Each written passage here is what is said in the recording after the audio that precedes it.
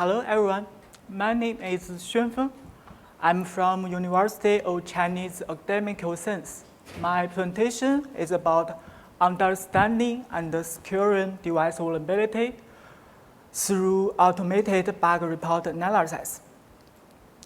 Nowadays, many IoT devices with communication capability have been connected to the internet, such as camera, router, printer, and even the industry control systems and the medical device. Gartner reported that nearly 5.5 million new IoT devices were getting connected every day and are moving toward more than 20 billion by 2020. And enable the development and the adoption of online IoT devices will promote economic growth and also improve the living understanding of our daily life. These IoT devices, such as smart home, smart building, playing an important role in our daily life, help us control and managing devices more easily, and bridging the cyberspace and the physical world. However, these IoT devices also yet some security challenges.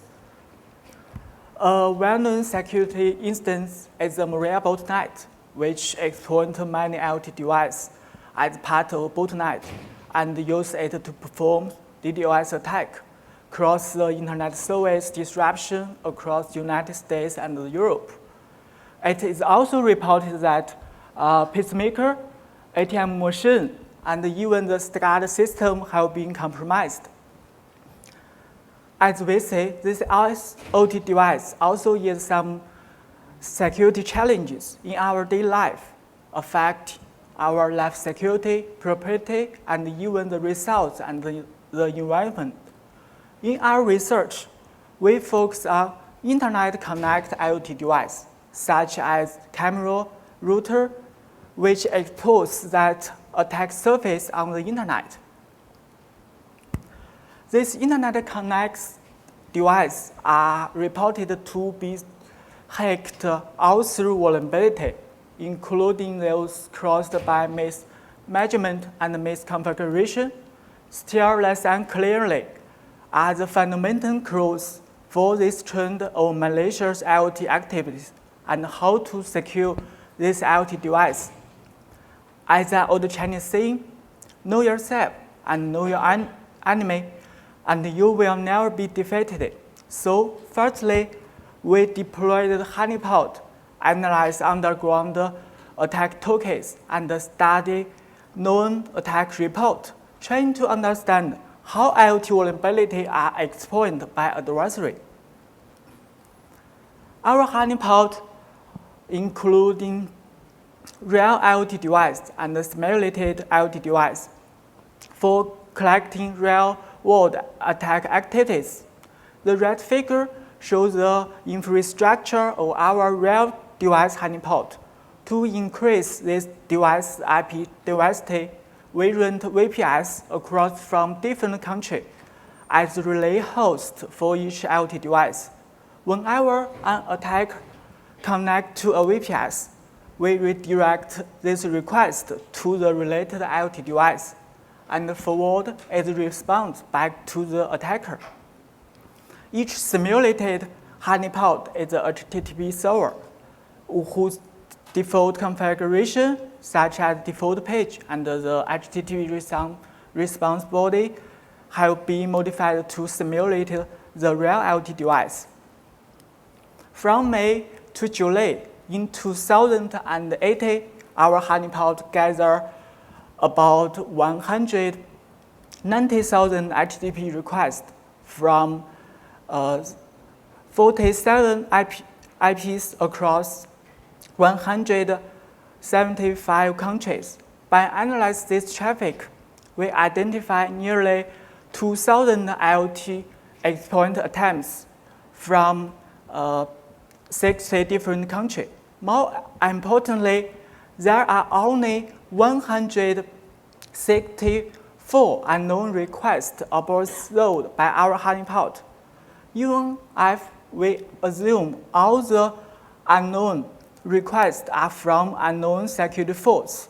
Less than 10% of the total attack exposed to our honeypot are such unknown attacks. In other words, more than 90% of the malicious attack exploits the known vulnerabilities. To validate the finding made from the honeypot, we further analyze 4 underground attack tokens and 6 well-documented IoT botnets. The exploitation of known vulnerabilities also exists in underground attack tokens and known IoT attack activities. These attack straps also public available in the vulnerability report, making those known vulnerabilities easily to exploit. In the meantime, the adversaries relies on well-documented IoT report also give us the new opportunity for mitigating these threats. From the same vulnerability, we can also extract the vulnerability-specific information to form a production signature that stops all the attack on the vulnerability.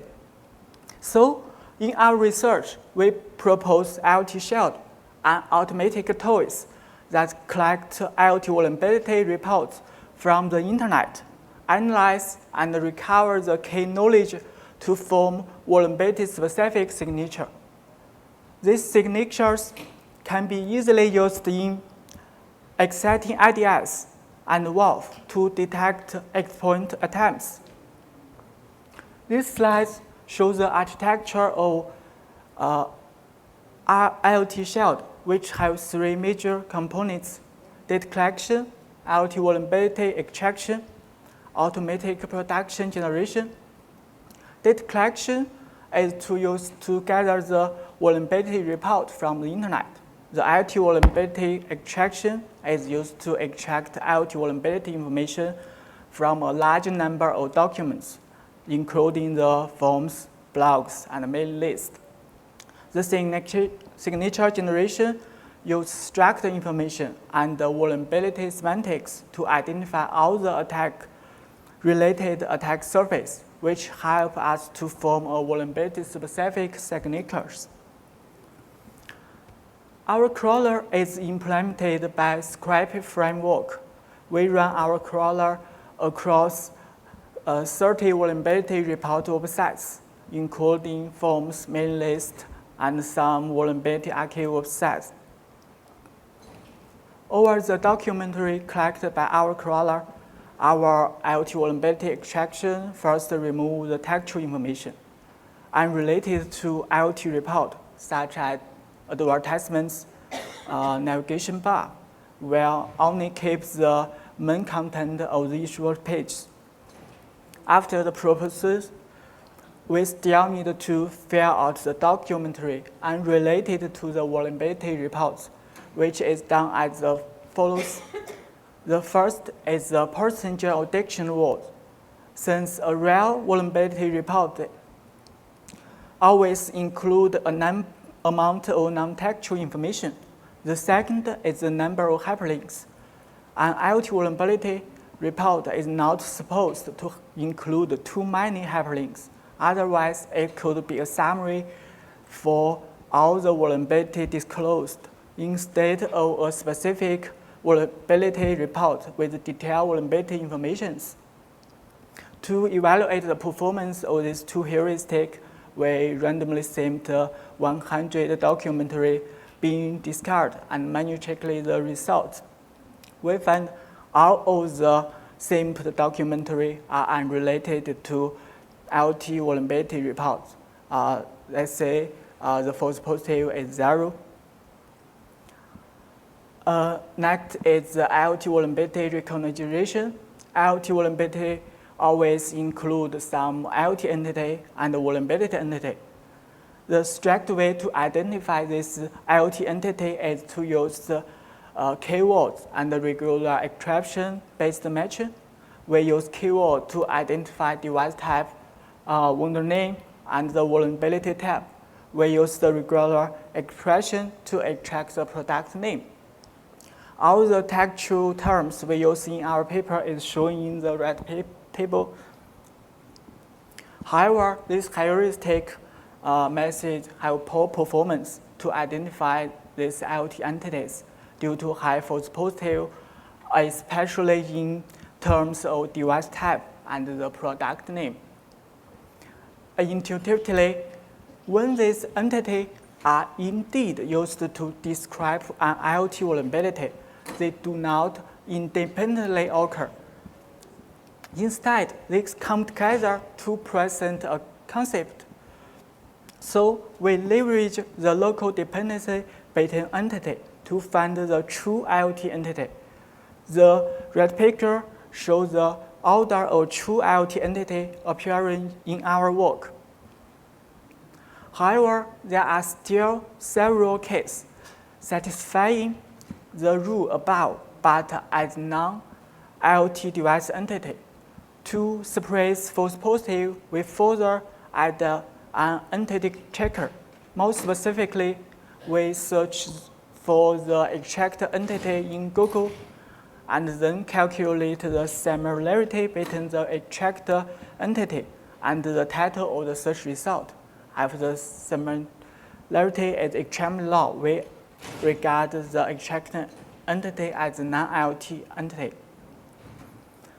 After the IoT vulnerability extraction for each report, we extract the vulnerability semantics, such as vulnerability location, endpoint parameters, and other structured information, like attack drafts from the vulnerability report. This generation process, as shown in the feature, enables us to leverage the attack surface to generate a vulnerability-specific signature. These slides show an example how to generate a signature from an IoT vulnerability report. On the top is a vulnerability description. The bottom is the content of structured information, which is traffic log from an endpoint on this vulnerability. IoT Shell first looks at the vulnerability semantics in this direction. For instance, the sentence command injection in pwd-grp.c indicates that vulnerability type is the command injection, and the affected location is the pwd.c. Together with the vulnerability parameters from another sentence, the username, password, and the group parameters, we can also identify the vulnerability parameters as username, password, and group. Then IoT Shell parses the structured information and discover the path of vulnerable CGI and the parameters used for command injection.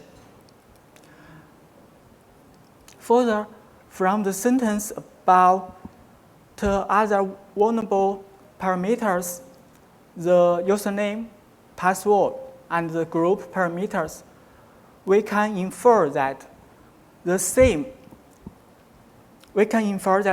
injection can also happen on USR and GRP, but not on the parameters action and lifetime. In this way, we can build a vulnerability-specific signature for the injection force, and then transform it to SNOT format. Following is the performance evaluation. For vulnerability extraction, we randomly stemmed 200 reports from those identified for manually validation and achieve a precision of 94%. And in total, we collect about 7,000 IoT vulnerability reports. The left table shows the top 10 vendor and device type of affected device. As we can see, router, switch, and camera, which are the most common IoT devices, also have the most vulnerabilities. The red table further shows the top 10 vulnerability types in our dataset. The majority of them are remote exploitable, which could be used to compromise remote IoT device, such as the command injection vulnerability.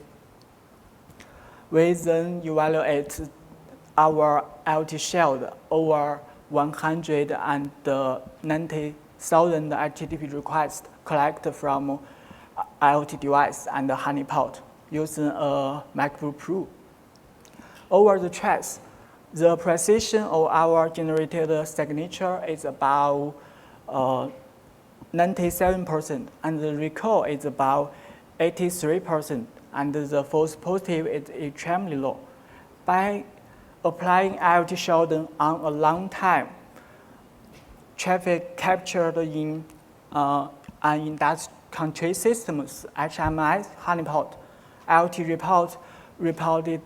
reported about 7,000 alerts of exploiting the HMI system, and most of them are confirmed indeed IoT attack. Then is the performance of IoT Shell. The top table lists the average time cost of each stage for one rule generation. We can say the data collection costs the most time. Overall, the time cost of IoT Shell for automatic rule generation is low in practice.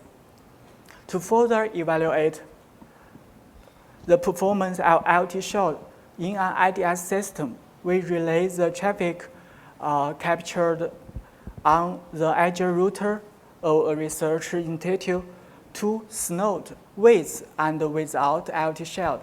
For the snowed with IoT Shell, it only adds 0.13 seconds for rules inspection. This showing that IoT Shell induces later overhead to the IDS for online data processing. Finally, we conclude our work. New discovery, IoT vulnerability are publicly available and easily to exploit. And today's IoT attack most use known vulnerability for mounting malicious attack. Our finding lead to the design of IoT Shell, a simple but effectively IoT vulnerability specific signature generation system for IDS, which raises the bar for IoT attack. Thank you.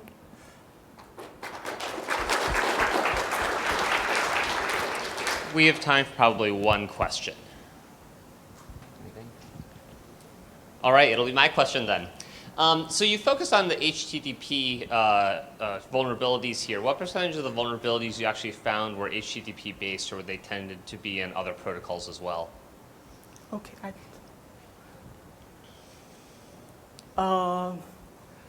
By analyzing the IoT report, we find that most of the IoT vulnerability is about the HTTP server, and there is little about the kernel and other vulnerability. So all the attack report is about the HTTP attack. So we choose the HTTP honeypot to identify. Okay, thank you. Let's thank Xuan one last time.